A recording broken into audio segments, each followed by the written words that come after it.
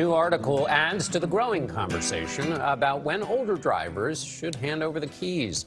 More than 41 million drivers over the age of 65 are on the roads today. Crash injuries sent more than 290,000 older adults to the emergency room in 2016. Now an article in the New England Journal of Medicine argues retirement from driving threatens one's health and wellness.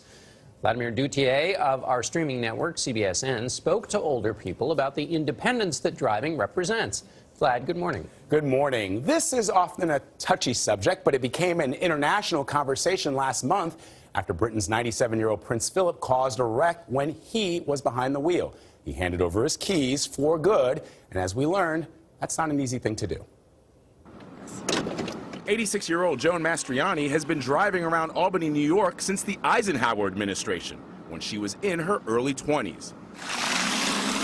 And while she still hits the road with her 89-year-old husband Anthony to run simple errands, it worries daughter Kathy and her siblings, who wonder if mom should lock the keys away. You don't want to wait till an accident happens in order to make that decision. You want to be able to make that decision on your own. So we're not going that far, but be able to go to the library and to church and to the grocery store is important. I don't think age as you can define it as a certain age. I think there are people who are 40 years old that shouldn't be driving, and I think that people that have good reflexes and all, and their alert and vision is good, they could drive when they're 90. But deciding when to give up the keys is a personal matter that experts say should not be taken lightly. When we get a driver's license, it's considered a big part of becoming an adult.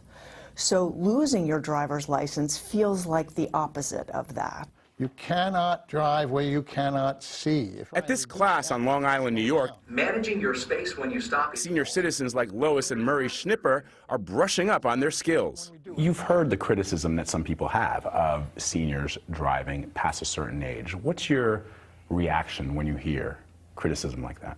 Seniors come in all different sizes and packages and, and abilities.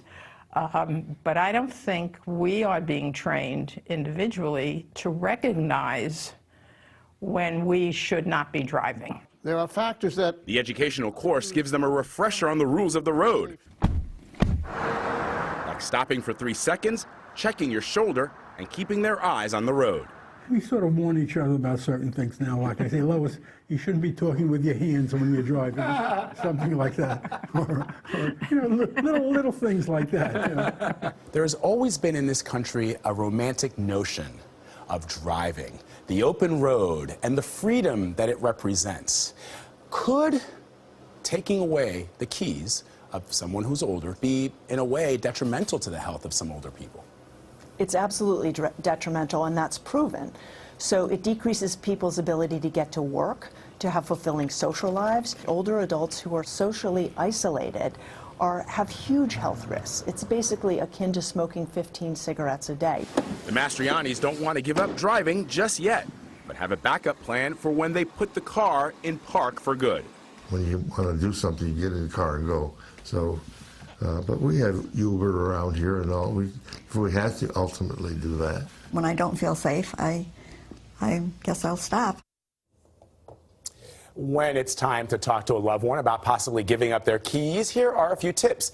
Check if permanent medical conditions are preventing them from safely driving, such as dementia. Have them take a driving test or enroll them in a driver safety course.